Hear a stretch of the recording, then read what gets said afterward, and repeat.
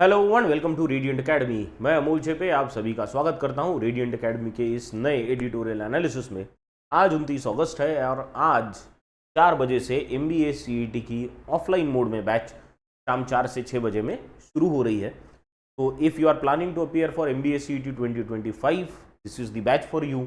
और अगर आप बैंकिंग की तैयारी करने वाले हो तो फिर आप अपने दोस्तों को बता सकते हो जो MBA की तैयारी कर रहे हैं। ठीक, तो this was the announcement. Late us now start with the actual class. क्या करते हैं हम क्लास में 10 नए वर्ड्स देखेंगे। उन वर्ड्स के बेसिस पे आज आपके लिए क्लोज टेस्ट लाया हूं मैं, जिसके आंसर्स आपको कमेंट बॉक्स में देने हैं।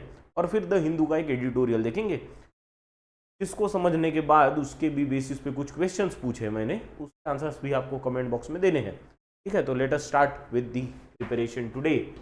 तो आज का जो पहला वर्ड है हमारे पास वो है रैथ। रैथ क्या बोला है? सेंटेंस देखेंगे रैथ का। रैथ वैसे क्या होता है? रैथ का मतलब होता है गुस्सा। बहुत गुस्सा जब किसी, गुस्सा भी नहीं, बहुत गुस्सा जब किसी पे आता है तो उसको कहते हैं रैथ। देखो, the king's wrath was unleashed upon those who betrayed him. Betrayed का मतलब होता है धोखा देना। ठीक है, यहां पे क्या बोला है? किंग का रैथ मतलब किंग का गुस्सा फूट पड़ा, अनलीश हुआ। अनलीश का मतलब होता है, अनलीश बना है लीश का एंटोनिम है ये। तो लीश का मतलब क्या होता है? लीश का मतलब होता है रस्सी जिससे आपने कुत्ते को बांध के रखा है। लीश बांध के रखना या वो रस्सी। अब अगर लीश वो रस्सी भी है और कुत्ते को बांध के रखना, ये उसका वर्ब फॉर्म हो गया। लीश करके रखा है, अब उसको छोड़ दो, अनलीश, वो भाग जाएगा। भाग जाएगा या किसी पे अटैक करेगा।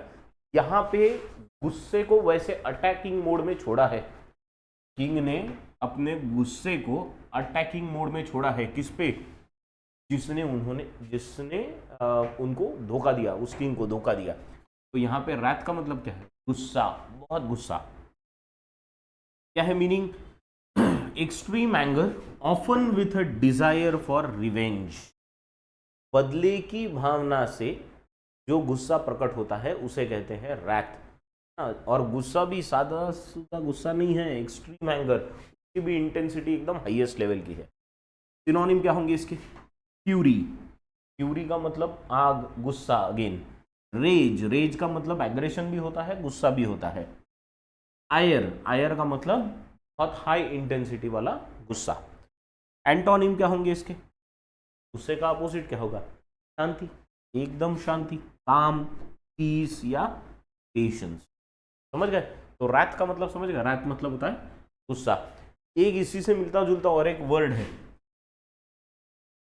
रेथ। यहां रैथ है, यहां रेथ है। रेथ का मतलब क्या होता है? वो आपने देखा होगा, जब किसी की डेथ हो जाती है तो फूलों का एक गोल सा गुलदस्ता वहां पे रखा जाता है ऐसे। That is called as death, led the wrath. तो ऐसा होता है वो। ठीक है, तो रेथ समझ गए? वो रेथ है, फूलों का गुलदस्ता जो डेड बॉडी या किसी की समाधि पे जो रखा जाता है, दैट इज डेथ। वो अलग वर्ड है। ठीक है, चलो नेक्स्ट वर्ड पे जाएंगे। The next word we have is dissident. Dissidents, dissident, dissident का ही प्लूरल किया है, डिसिडेंट्स। कल एक वर्ड हमने देखा था डिसेंट, याद है ना? डिसेंट देखा था। डिसेंट मतलब किसी ने कुछ कहा उसके अपोज में काम करना या रिबेल करना, दैट इज डिसेंट। आपका व्यू किसी के व्यू से ना मिलना, तो डिसेंट कर रहे हो आप। अब ये डिसिडेंट जो है वो उस व्यक्ति को बोलते हैं जो ऐसा कर रहा है ना?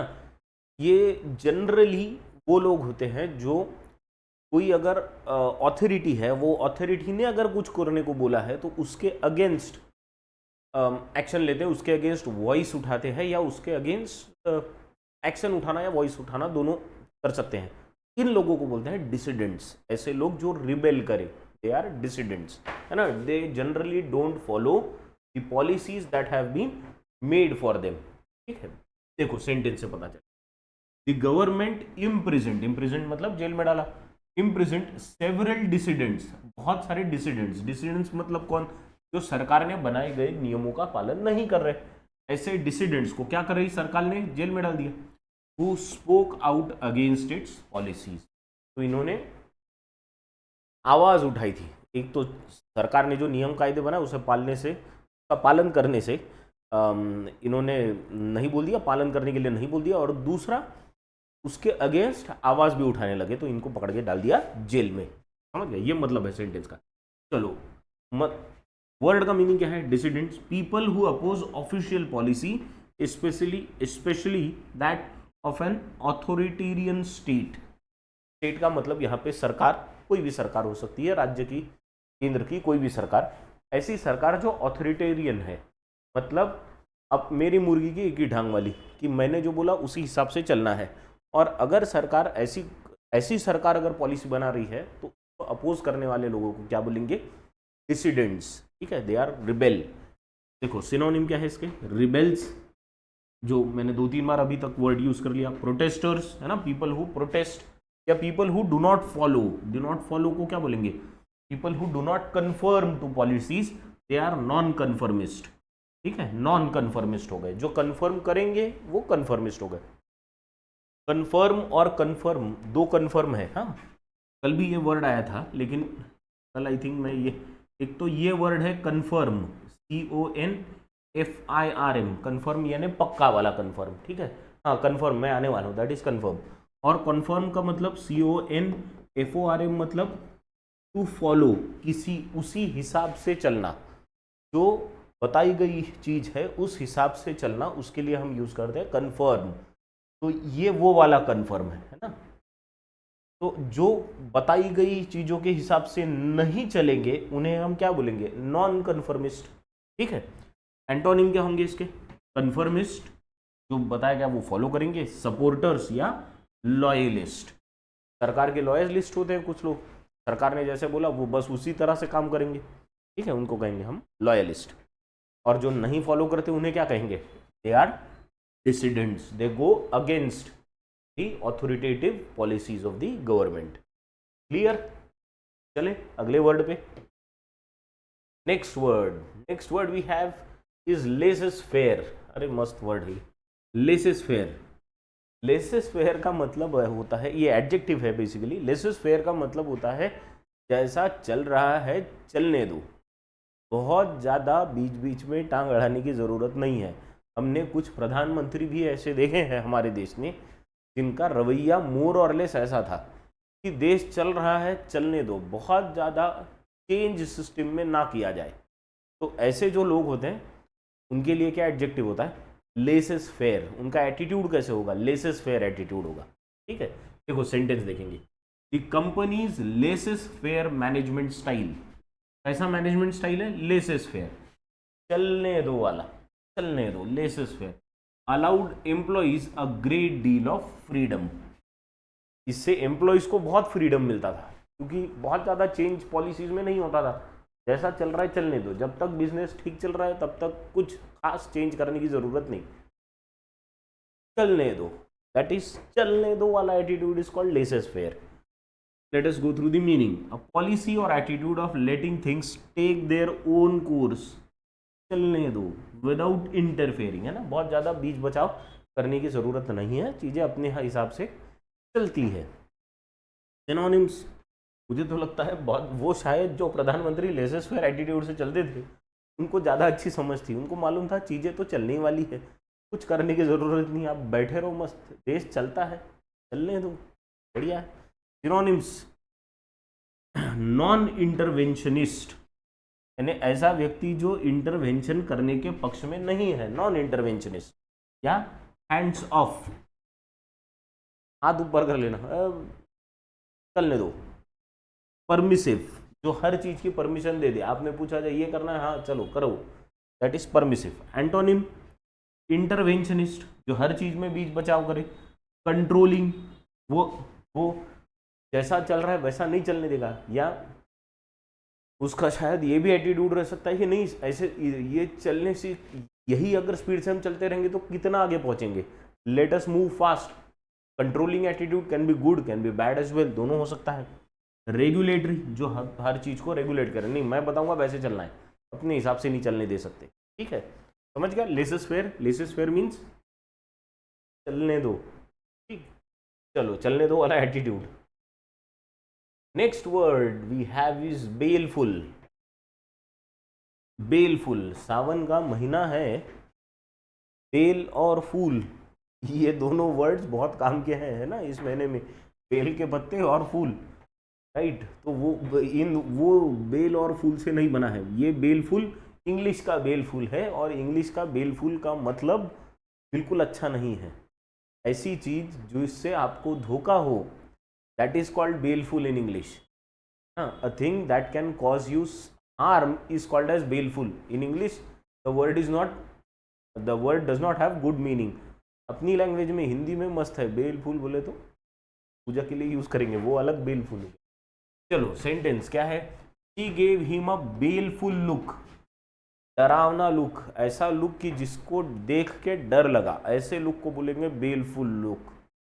फर्क नहीं किया ना कल, देख लेना, ये जो लुक है ये बेलफुल लुक है, ठीक है। तो baleful look, warning him not to cross her again, और धमकी भी दी, आगे नहीं आना फिर से अगर दिखे तो देख लेना। दैट लुक इज कॉल्ड बेलफुल, जिससे डर लगे, मीनिंग थ्रेटनिंग हार्म, जिससे हार्म लगे, या मेनेसिंग, जिससे डर लगे, धमकी देने वाला लुक, मेनेसिंग जिससे डर लगे। सिनोनिम ओमिनस, ओमिनस का मतलब क्या होता है, बहुत बुरा, something which is very bad.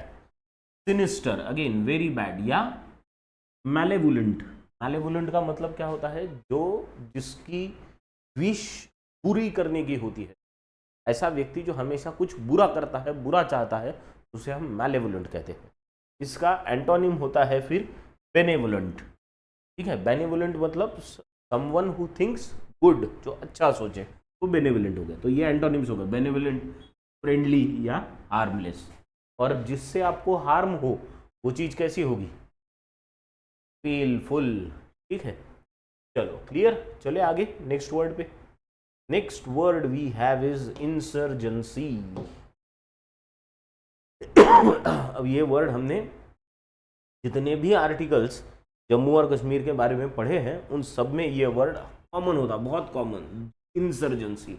Insurgency का मतलब क्या होता है, इंसर्जेंसी मतलब रिवॉल्ट करना, रिबेल करना, घुसपैठ करना, अपनी आवाज़ उठाना, दैट इज कॉल्ड इंसर्जेंसी। घुसपैठ करना, घुसपैठ करके अपनी आवाज़ उठाना, दैट इज इंसर्जेंसी, जो कश्मीर में बेसिकली हो रहा है।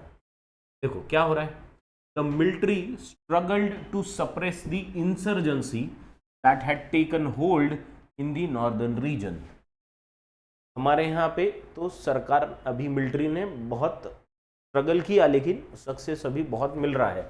The military struggled to suppress the insurgency, insurgency मतलब अलग कश्मीर के लिए जो आवाज़ उठा रहे हैं, तो रिबेल करना, सरकार की पॉलिसीज के अगेंस्ट रिबेल करना, खाव करना, और वो भी आर्म्ड रिवॉल्ट होता है generally. Insurgency it is almost armed revolt, तो ऐसे काइंड के रिवॉल्ट को हम क्या बोलेंगे, इंसर्जेंसी, है ना। क्या मतलब हो गया इसका, एन एक्टिव रिवॉल्ट और अपराइजिंग, उठाव, रिबेलियन, दैट इज अप, है ना, दैट इज इंसर्जेंसी। देखो यहाँ पे रिबेलियन दिया है, इंसरेक्शन दिया है, या म्यूटिनी। म्यूटिनी का मतलब होता है अगेन रिवॉल्ट या rebellion, that is mutiny, to go against what is said by the government.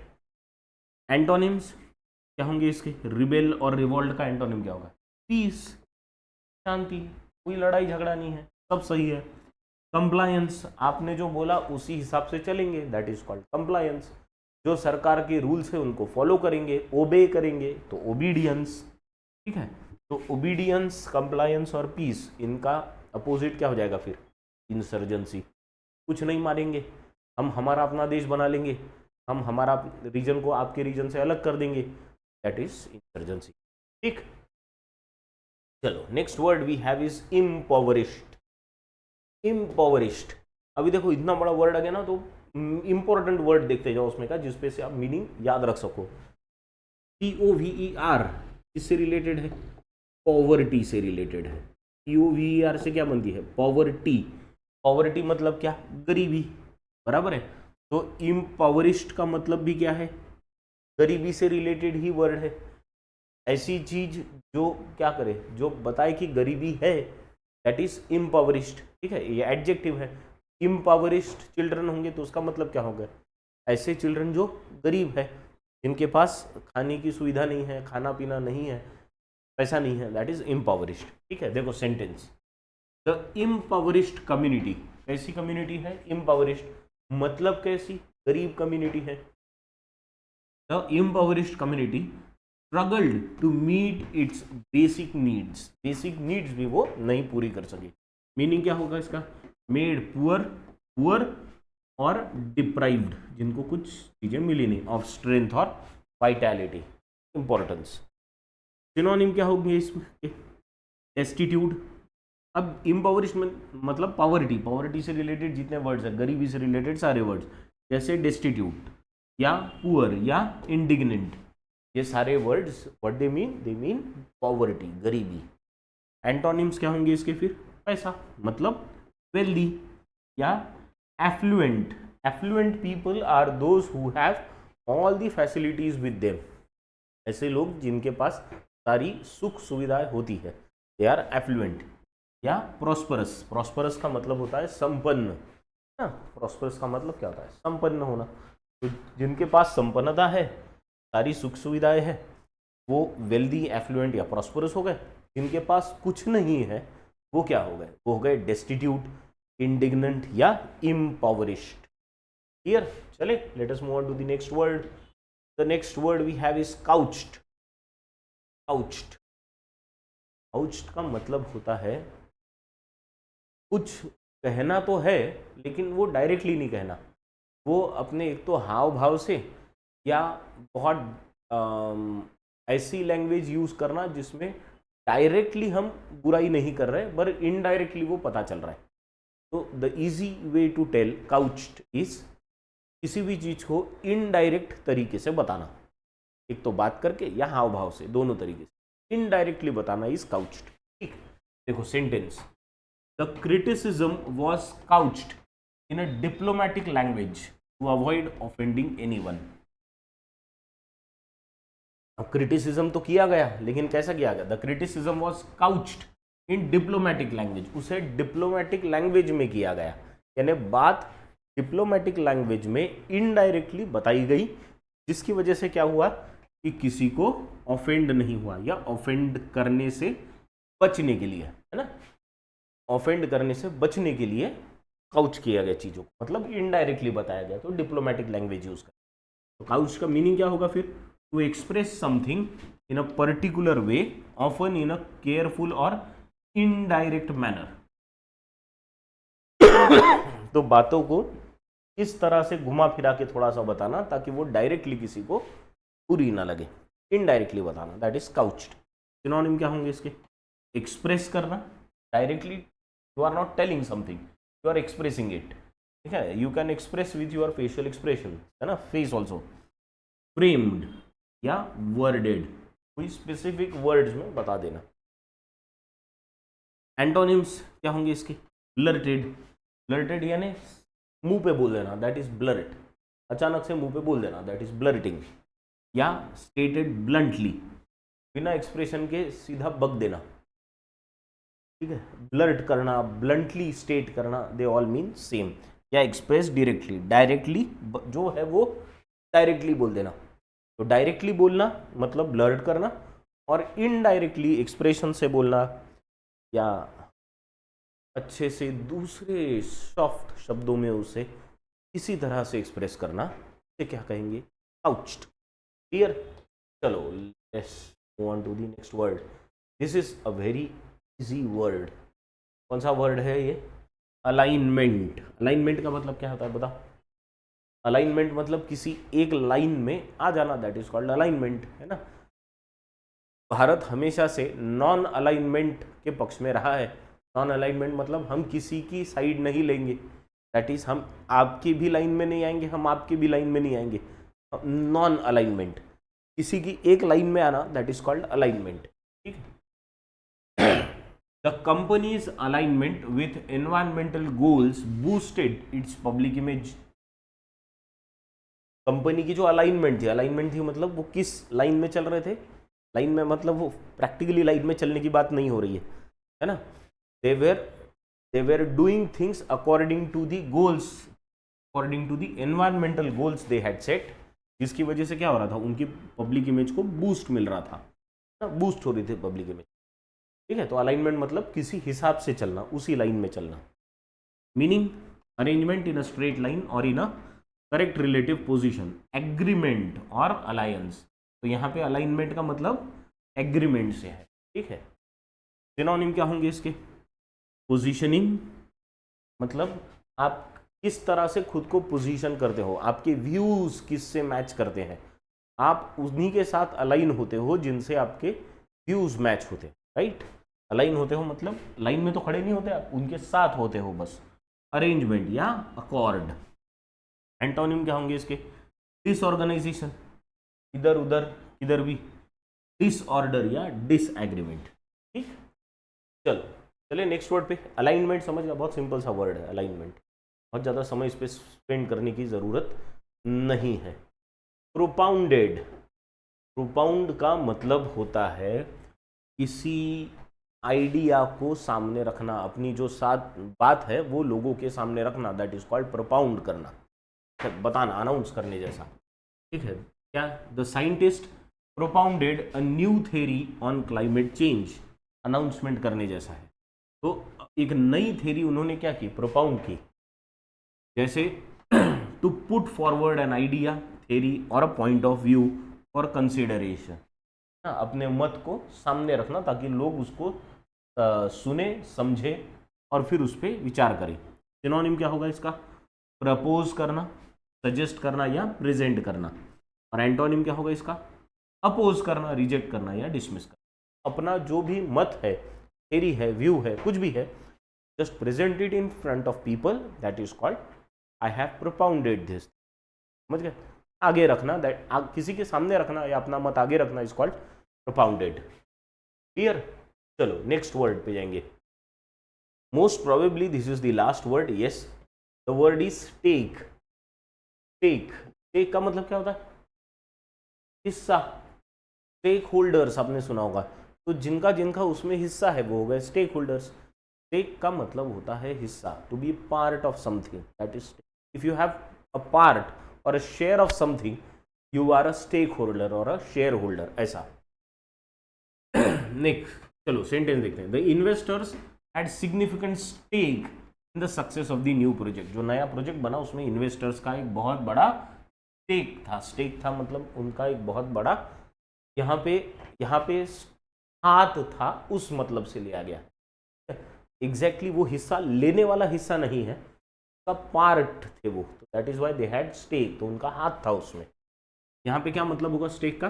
A share और इंटरेस्ट इन एंडेवर और ऑर्गेनाइजेशन। स्ट्रॉन्ग, हाँ ये देखो ये अलग है, यहाँ तक जो मतलब है वो अलग है। और शेयर और interest in the endeavour of the organisation. यहाँ क्या बोला? स्ट्रॉन्ग वुडन और metal post with a point at the end, है ना? जैसे आपने ऐसा कोई मेटल या वुडन का पोस्ट देखा होगा, तो ये हो गया, इसको बोलते हैं स्टेक ना, तो ये अलग चीज है, ये स्टेक अलग है। यहाँ पे जो स्टेक यूज किया है वो हिस्सेदारी या उनका इंटरेस्ट या उनका हाथ, इस हिसाब से यूज किया। ठीक है, तो स्टेक के दो मतलब हो सकते हैं। ये एक स्टेक फिजिकल हो गया, यानी लकड़ी की ऐसी पट्टी होती है ना जिसको कॉर्नर में ऐसा नुकीली चीज होती है, दैट इज कॉल्ड स्टेक। अब इसका एंटोनिम नहीं हो सकता भाई, उसका देखेंगे क्या होता, तो पहले सिनोनिम्स देख लेंगे। इन्वेस्टमेंट, इंटरेस्ट और पार्ट। एंटोनिम्स क्या होंगे इसके? डिस इंटरेस्ट, जब इंटरेस्ट है तो उसमें डिस इंटरेस्ट हो गया, या इनडिफरेंस या डिटैचमेंट, किसी से कुछ लेना देना नहीं, अपना अलग रहो, that is called detachment. Attachment यानी आप चीज़ों से जुड़े होते हो। ठीक है, बहुत बार जब कश्मीर पे बात होती है तो हम सुनते हैं कि there should be a discussion with all the stakeholders. Stakeholders मतलब उसमें सबकी क्या हिस्सेदारी है क्या? नहीं, हिस्सेदारी नहीं है, पर जिन जिन लोगों का कश्मीर में इंटरेस्ट है उन सब से बात करनी चाहिए, ऐसा लोग कहते हैं। ठीक है, तो हमेशा शेयर का मतलब ही नहीं होगा स्टेक का, इंटरेस्ट ये भी एक इम्पॉर्टेंट उसमें वर्ड है। क्लियर यहाँ तक? आई होप सारा क्लियर होगा। चलो let us now move on to the cloze test. तो what you should do is, इसका पहले एक स्क्रीनशॉट ले लो कि आपकी आज की क्लोज टेस्ट है, जो 10 वर्ड्स मैंने आपको दिए उनमें से फिल करना है। Just take this screenshot. ठीक है, ले लिया। चलो, यहाँ पे 9 ब्लैंक्स है, 10th ब्लैंक अगले पेज पे है और ऑप्शंस भी आपको वहीं मिलेंगे। ये है 10th ब्लैंक, इसका स्क्रीनशॉट ले लो।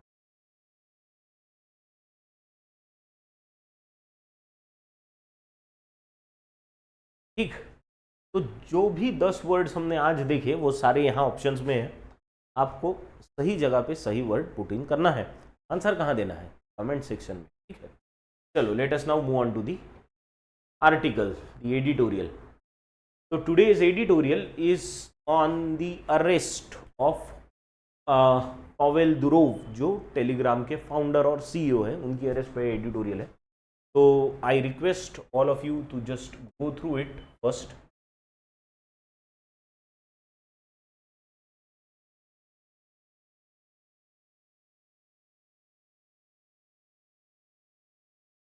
ठीक है, जस्ट गो थ्रू इट। अगर आपको कोई आखिरी का वर्ड नहीं समझता उधर का, आई थिंक कुछ कट गया उधर से, उसको देखेंगे, मैं आपको बताता हूँ फिर। गो थ्रू इट, इसको पढ़ लो, फिर उसको डिस्कस करेंगे।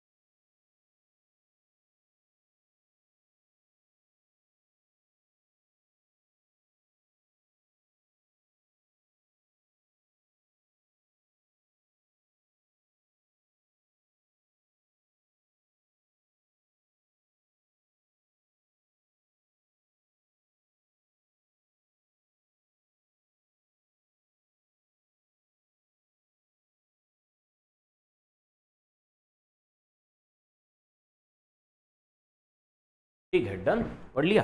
चलो गुड। क्या दिया है? Reasonable restrictions on Telegram CEO Pavel Durov's arrest and content posting. Telegram के जो सीईओ और फाउंडर है पावेल दुरोव, उनके अरेस्ट पे एडिटोरियल क्या दिया है, पढ़ेंगे। चलो, that free speech is not absolute and is subject to certain restrictions for public order, morals and public health is something that has been codified in the Universal Declaration of Human Rights. So the author here starts with a statement, क्या कि free speech जो है, यानी freedom of speech, free speech is not absolute. Absolute का, is not absolute का मतलब क्या है कि ये एक ऐसा अधिकार नहीं है कि जिसपे कोई निर्बंध नहीं है। ये एक ऐसा अधिकार है जिसपे निर्बंध है।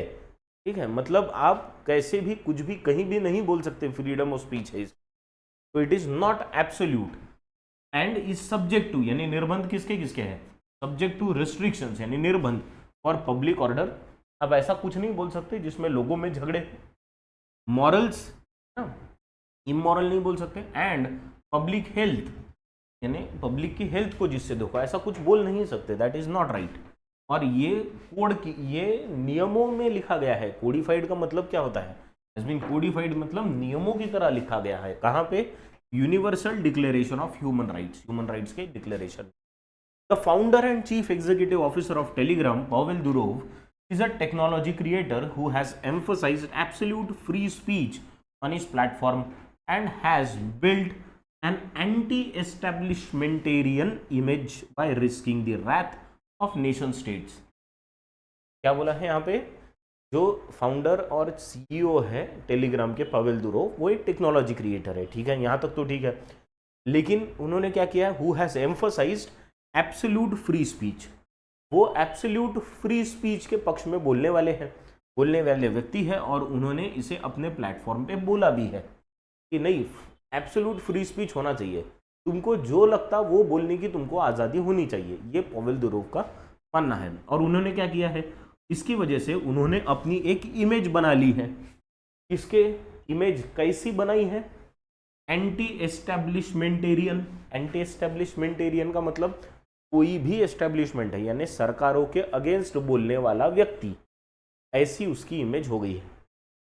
एस्टेब्लिशमेंट यानी सरकार, एस्टेब्लिशमेंटेरियन यानी सरकार के पक्ष में, एंटी एस्टेब्लिशमेंटेरियन यानी सरकार के विरोध में बोलने वाले व्यक्ति के तौर पे। कोई भी सरकार के, ऐसा नहीं है किसी एक सरकार के, कोई भी सरकारों के, यानी सारे सरकारों के अगेंस्ट बोलने वाले व्यक्ति की तो उसमें इमेज बना ली है। और उससे क्या हुआ है, बाय रिस्किंग दी रैथ, रैथ मतलब गुस्सा, और उसने रिस्क भी उठाई है, किसकी, गुस्सा मोल लेने की। किसका गुस्सा, किसका गुस्सा, नेशन स्टेट्स का, यानी सारे स्टेट्स का, देशों का, in allowing dissidents to use the messaging application. और गुस्सा भी मोल लिया है, क्यों गुस्सा मोल लिया है, क्योंकि उन्होंने डिसिडेंट्स को अपने बनाए हुए ऐप पे जगह दी, मैसेजिंग एप्लीकेशन पे डिसिडेंट्स को उन्होंने अलाउ किया। डिसिडेंट्स मतलब ऐसे लोग जो सरकारों के अगेंस्ट काम करते हैं, सरकारों के अगेंस्ट बोलते हैं। तो मुद्दा ऐसा है कि पावेल दुरोव का मानना है कि नहीं, एब्सोल्यूट फ्री स्पीच होना चाहिए, और उन्होंने ऐसे एब्सोल्यूट फ्री स्पीच वालों को अपने ऐप पे जगह दे दी।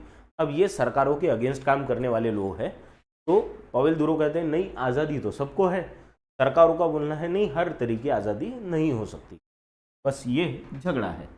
His detention and arrest by French authorities in connection with investigations related to criminal activity on the app has raised questions if this has been done to provide a chilling effect on freedom of expression on the internet।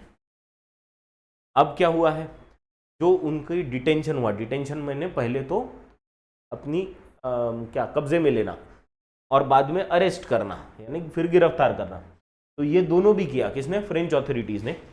और किस संदर्भ में उनको गिरफ्तार किया गया है, connection with investigations related to criminal activity on the app, कि आपने जो ऐप बनाया है टेलीग्राम का, उस पर क्रिमिनल एक्टिविटी हो रही है, तो इसलिए फिर आपको अरेस्ट किया जाता है। तो इससे सवाल क्या उठे, क्वेश्चन क्या उठा है कि ये इसलिए तो नहीं किया गया कि बोलने की आज़ादी जो है, फ्रीडम ऑफ एक्सप्रेशन को चिलिंग इफेक्ट देने का कोई प्रयास तो नहीं है सरकार की तरफ से। चिलिंग इफेक्ट मतलब अगर किसी चीज़ को चिल कर दिया जाए तो क्या हो जाएगी, वो स्थिर हो जाएगी ऐसी, तो चीज़ों को रोक देना, दैट इज चिलिंग इफेक्ट, है ना। तो फ्रीडम ऑफ एक्सप्रेशन को ठंडे बस्ते में डाल देना, इस चीज़ का प्रयास तो सरकार नहीं कर रही है, ऐसा एक सवाल इस पे उठ रहा है। But the answer is more complicated, है ना। क्या बोल रहे हैं ये, आंसर इसका ज़्यादा कॉम्प्लिकेटेड है। कैसे कैसे देखेंगे, कैसे। His laissez-faire approach to content on the app has meant that it is host also to extremism, drug dealers, scammers, and according to France, child pornography as well। मतलब इनका क्या कहना है कि फ्रीडम ऑफ एक्सप्रेशन तक बात वगैरह तो ठीक थी, लेकिन इनका जो एटीट्यूड है किसका, पावेल दुरोव का, वो लेसेस फेयर है। लेसेस फेयर मतलब चलने दो वाला एटीट्यूड, हाँ, जो चल रहा है ऐप पे चलने दो। इसकी वजह से उनका ऐप का इस्तेमाल क्या हो, किस चीज़ के लिए हो रहा है, एक्सट्रीमिज्म यानी धार्मिक या धार्मिक ही नहीं, किसी भी प्रकार का उग्रवाद, है ना, यानी एक्सट्रीम सोच, कुछ भी हो रहा है तो एक्सट्रीम लेवल की सोच, दैट इज एक्सट्रीमिज्म, है ना, जिससे आतंकवाद भी पनपता है, वो एक्सट्रीमिज्म है। ठीक। ड्रग डीलर्स, अब ड्रग डीलर्स भी टेलीग्राम ऐप पे हैं, scammers, and according to France, और फ्रांस सरकार के अलावा फ्रांस सरकार की ओर से ये भी कहा जा रहा है कि उसका इस्तेमाल चाइल्ड पोर्नोग्राफी के लिए भी हो रहा है, is very bad, right. Mister Durov has said, अब मिस्टर दुरोव का स्टेटमेंट है, डायरेक्टली डबल कोट्स में दिया है, कोई भी चीज अगर डबल कोट्स में होती है, it means that it is a statement directly said by that person. Privacy is more important than our fear of bad things happening, and that to be truly free you should be ready to risk everything for freedom. इनका क्या कहना है Powell Durov का, कि privacy ये चीज बहुत important है, और इससे प्राइवेसी बहुत ज़्यादा इंपॉर्टेंट चीज़ है. इन चीज़ों से भी इंपॉर्टेंट है कि आपको अगर किसी चीज़ का डर लगे कि नहीं ये गलत हो सकता है, उससे ज़्यादा इंपॉर्टेंट प्राइवेसी है. और दूसरी चीज़, अगर मुझे फ्री होना है, मुझे यानी उनको, तो अगर आपको फ्री होना है तो आप फ्रीडम के लिए सारी चीज़ों को रिस्क करने के लिए तैयार होने चाहिए. अब ये रिस्क करने के लिए ज़रा ज़्यादा चीज़ें हो गई, एक्सट्रीमिज्म, ड्रग डीलिंग, स्कैमिंग, है ना, और चाइल्ड पोर्नोग्राफी, ये चीज़ें तो रिस्क नहीं कर सकते ना, पर ये उनका कहना है. ठीक, चलो. Now go through the second part. Second and third parts are smaller. Go through it quickly, then we will discuss it.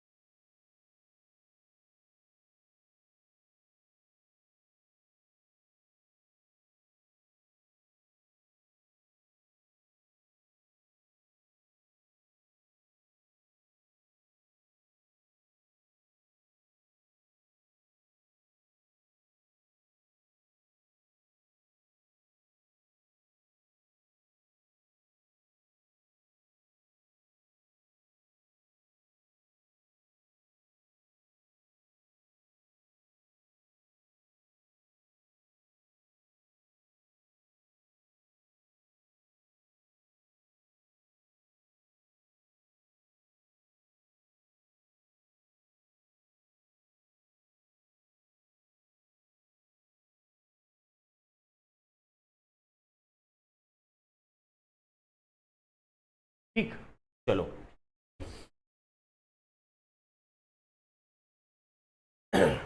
But it can be done to override the responsibility to prevent consequences which could endanger people's safety and freedom. अब इस पे author he सवाल पूछ रहे हैं कि ये freedom वाली बात ठीक है, लेकिन क्या ये चीज इस रिस्पॉन्सिबिलिटी को भी ओवरराइड कर देगी क्या? रिस्पॉन्सिबिलिटी यानी हमारी जिम्मेदारी नहीं है क्या? क्या ये जिम्मेदारी को भी ढक लेगी? अब चीज की ये जिम्मेदारी भी तुम्हारी, क्या इस जिम्मेदारी को ढक लेगी कि जो कॉन्सिक्वेंसेस इसके होंगे, है ना, जिससे लोगों की सेफ्टी और फ्रीडम को अगर धोखा है, तो वो चीजें क्या हम अलाउ करेंगे? बिल्कुल नहीं करनी चाहिए. This is a key question to ask about messaging apps. ये सारे मैसेजिंग एप्स को सवाल पूछने जैसा है. Free speech absolutists. Free speech absolutists का मतलब क्या है? ऐसे लोग जो एब्सोल्यूट फ्री स्पीच की के पक्ष में है ना. उनका हमेशा मानना होता है कि नहीं, एब्सोल्यूट फ्री स्पीच होना चाहिए, इसको जो बोलना है बोलने दो, किसी पे कोई रोक नहीं होनी चाहिए. ऐसे लोगों के लिए यह सवाल है, जिनमें से एक है mister Durov, such as mister Durov. Telegram is more than just a messaging app given some of its social networking features. ये सिर्फ एक मैसेजिंग ऐप नहीं है, इसके फीचर्स और भी बहुत कुछ इसमें करने की सुविधाएं देते हैं. While its encryption mechanism allow for ease of access for dissidents and anti-state actors to use the app without scrutiny, it does not fully use end-to-end encryption. क्या कह रहे हैं यहाँ पे कि यहाँ पे इंक्रिप्शन का मैकेनिज्म ऐसा है कि जिसकी वजह से जो डिसिडेंट्स हैं, यानी सरकार के अगेंस्ट काम करने वाले लोग, एंटी स्टेट एक्टर्स, ये लोग ऐप से अपना काम कर सकते हैं और इनकी कोई स्क्रूटिनी भी नहीं होती, यानी इनकी जांच पड़ताल भी अगर की जाए तो वो भी पॉसिबल नहीं होती. और इसीलिए ऐसे लोग जो सरकारों के अगेंस्ट काम करते हैं, आतंकवादी हो गए, ड्रग डीलर्स हो गए, इनके लिए ये एक सेफ हेवन की तरह हो गया है कि यहाँ पे अपने को कोई पकड़ नहीं सकता, ऐसा हो गया है ना। And it does not fully use end to end encryption, encryption है लेकिन एंड टू एंड इंक्रिप्शन नहीं है जो व्हाट्सएप में है। व्हाट्सएप में एंड टू एंड इंक्रिप्शन है, मतलब आपने जो मैसेज भेजा, जिसको भेजा वो दोनों ही वो मैसेज पढ़ सकते हैं, तीसरा कोई नहीं पढ़ सकता। इसका मतलब व्हाट्सएप खुद भी वो मैसेज नहीं पढ़ सकता, ऐसा व्हाट्सएप का कहना है। पर एंड टू एंड इंक्रिप्शन जिसमें नहीं है वो लोग आपके मैसेज पढ़ सकते हैं। जैसे something that apps such as Signal do, अब सिग्नल ये जो ऐप है वो encryption, end to end encryption provide करता है, व्हाट्सएप भी प्रोवाइड करता है। This means that some messages related to criminal activity, disinformation and child pornography can be read by Telegram. यानी एंड टू एंड इंक्रिप्शन नहीं होने का मतलब क्या है कि आपके मैसेजेस, फिर चाहे वो डिसइंफॉर्मेशन, चाइल्ड पोर्नोग्राफी हो गए, क्रिमिनल एक्टिविटी हो गई, इनसे रिलेटेड मैसेज टेलीग्राम खुद भी पढ़ सकता है। It can act on request from law enforcement agencies if needed, तो अगर लॉ एनफोर्समेंट एजेंसीज ने कहा कि इस पर एक्ट करो तो वो कर सकता है। Telegram in response to mister Durov arrest has said that its moderation is within industry standards, and has questioned whether the platform owners are liable or responsible for the abuse of that platform. अब उनकी company का क्या कहना है कि Durov को तो arrest हो गया, अब उनकी कंपनी का क्या कहना, कंपनी का कहना है कि इंडस्ट्री में जो मॉडरेशन के स्टैंडर्ड्स है, मॉडरेशन का मतलब होता है चेकिंग के, हर साइट को, जिसकी भी साइट है, ऐप है, सब है, अगर वो सोशल मीडिया वाला है तो उसे ये चेक करना पड़ता है कि उसकी साइट पे गलत कंटेंट ना आए, उसको कंटिन्यूसली उसको मॉडरेट करना होता है। मॉडरेट करना मतलब चेक करना। तो उनका कहना है कि ये जो हमारा मॉडरेशन का जो प्रोसेस है वो इंडस्ट्री का जो स्टैंडर्ड है उस स्टैंडर्ड के हिसाब से है। और दूसरा सवाल वो ये पूछ रहे कि अगर हमने एक प्लेटफॉर्म बना दिया और लोग उसका गलत इस्तेमाल कर रहे हैं तो फिर ओनर कैसे क्या लायबल हो सकता है? क्यों नहीं होगा भाई? आपने एक दुकान खोली, अब आपकी दुकान का अगर कोई गलत इस्तेमाल कर रहा है तो जिम्मेदार आप नहीं होंगे क्या? उन गलत इस्तेमाल करने वाले लोगों को बाहर करने की जिम्मेदारी भी आपकी है, right? How are people liable and responsible for abuse of that platform? ये उनका सवाल है, बिल्कुल है। हाँ चलो, last para, go through it quickly. चलो आखिरी पार्ट है।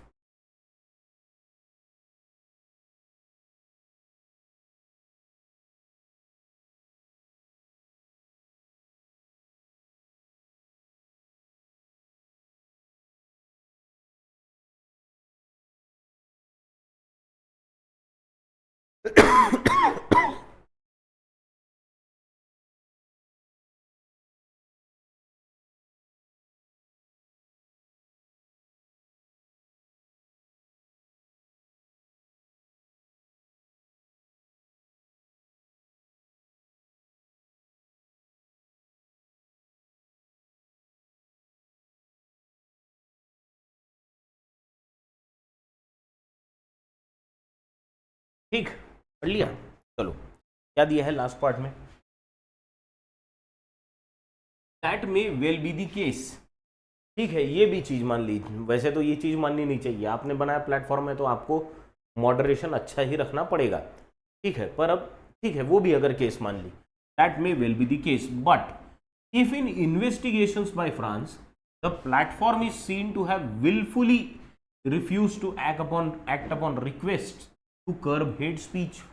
अब वहाँ पे हेट स्पीच दी जा रही थी और फ्रांस की ये इन्वेस्टिगेशन में सामने आया कि फ्रांस की सरकार ने उनको बोला था कि आपके प्लेटफॉर्म पे हेट स्पीच दी जा रही है एक्सट्रीमिस्ट के द्वारा, आप उसे रोको, बंद करो। लेकिन आपने वो जानबूझकर किया नहीं, क्योंकि फ्री स्पीच की आज़ादी है ऐसा आपको लगता है, वो गलत है। तो you have wilfully refused to act upon request to curb hate speech, disinformation and contents related to criminal activity. अगर ये हुआ है जो आरोप फ्रांस की सरकार लगा रही है, अगर ऐसा हुआ है तो mister Durov cannot and should not escape the long arm of the law. फिर ये कानून के हाथ से बचने नहीं चाहिए, लंबे हाथों से नहीं चाहिए। इन इंडिया द बेलफुल इफेक्ट, बेलफुल का मतलब हम देख चुके हैं आज, बेलफुल का मतलब क्या है? हार्मफुल इफेक्ट, जो हार्म पहुंचा सकता है। Baleful effects of misinformation on platform such as WhatsApp were visible some years ago before the application came up with certain restrictions. हमने भी व्हाट्सएप फॉरवर्ड्स से हुए मैसेजेस से जो दंगे हुए हैं वो हमने झेले हैं, इसीलिए फिर व्हाट्सएप ने बहुत ज़्यादा फॉरवर्डेड मैसेज को एक तो रोक दिया, बहुत ज़्यादा फॉरवर्ड नहीं कर सकते। दूसरा चीज़, अगर बहुत ज़्यादा फॉरवर्ड होकर मैसेज आ रहा है तो उसमें लिख के आता है फॉरवर्डेड मेनी टाइम्स, है ना। तो ये सारी चीज़ें उन्होंने उसमें की। These helped temp down the spread of miss information, और इसकी वजह से जो मिस इन्फॉर्मेशन थी उसका स्प्रेड होना थोड़ा सा कम हुआ। टैम्प डाउन का मतलब कम होना। For Telegram to remain a free speech advocate, अगर उनको फ्री स्पीच का एडवोकेट रहना है, बनना है और रहना है, and a platform, it must eschew absolutism नहीं है, एब्सोल्यूटिज्म है। It must eschew absolutism. Absolutism से eschew करना चाहिए, मतलब eschew करने का मतलब है किसी चीज से दूरी बना के रखना, है ना, यानी to stay away from something. तो एब्सोल्यूटिज्म से थोड़ा सा दूर रहना पड़ेगा, दूरी बना के रखनी पड़ेगी। And become more responsible in moderating content, और एक रिस्पॉन्सिबल ऐप चलाने वाली कंपनी की तरह एक अच्छा मॉडरेटर बनना पड़ेगा। ठीक, तो ये है एडिटोरियल जो पवेल दुरोव की अरेस्ट पे। ठीक है, तो let us now move on to the questions. बहुत सिंपल से क्वेश्चंस है आज। First question to you is, why has Pavel Durov been arrested? उनको अरेस्ट क्यों किया गया है? बहुत बड़ी चर्चा हो गई अभी इस पे, तो आपको बताना है क्या हुआ। Which of the following sentences are false? नीचे दिए कोई कुछ सेंटेंसेस है, कौन सा फॉल्स है इसमें आपको बताना है। फिर बताना है which of the following word has nearly the same meaning to the word eschew. अभी देखा हमने इस्चीव, तो इस्चीव का नियरली सेम मीनिंग का वर्ड आपको बताना है इसमें से। और फिर लास्ट 2 क्वेश्चन है, फ्रेज दी गई है आपको टैम्प डाउन, अभी जो हमने देखी बोल्ड में उसका आंसर क्या है ये आपको बताना है। और finally, which of the following app does not find a mention in the passage? ये जो ऑप्शंस है उनमें से कोई ऐसा ऐप है क्या ऑप्शन में से जिसका मेंशन एडिटोरियल में नहीं है? ये आपको पढ़ के बताना है। बहुत सिंपल से क्वेश्चंस है। तो आई होप कि ये सारे क्वेश्चंस के आंसर आप देंगे, और जो क्लोज टेस्ट पूछी थी उसके भी आंसर्स कमेंट बॉक्स में देंगे। आंसर्स देने वालों की संख्या जरा कम हुई है, शायद आपको घर पे आके अभी पूछना पड़ेगा। नहीं, ठीक है, आज यहीं रुकेंगे। Thank you very much.